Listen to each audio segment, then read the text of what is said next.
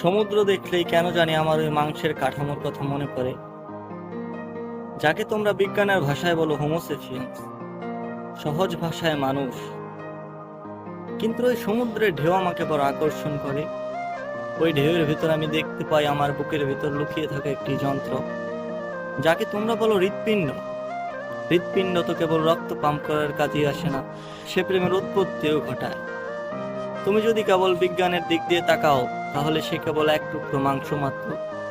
কিন্তু আমি যদি তাকে ঢেউয়ের মতো শুনি, তাহলে সে হয়ে ওঠে এক অতল প্রেমের নদী।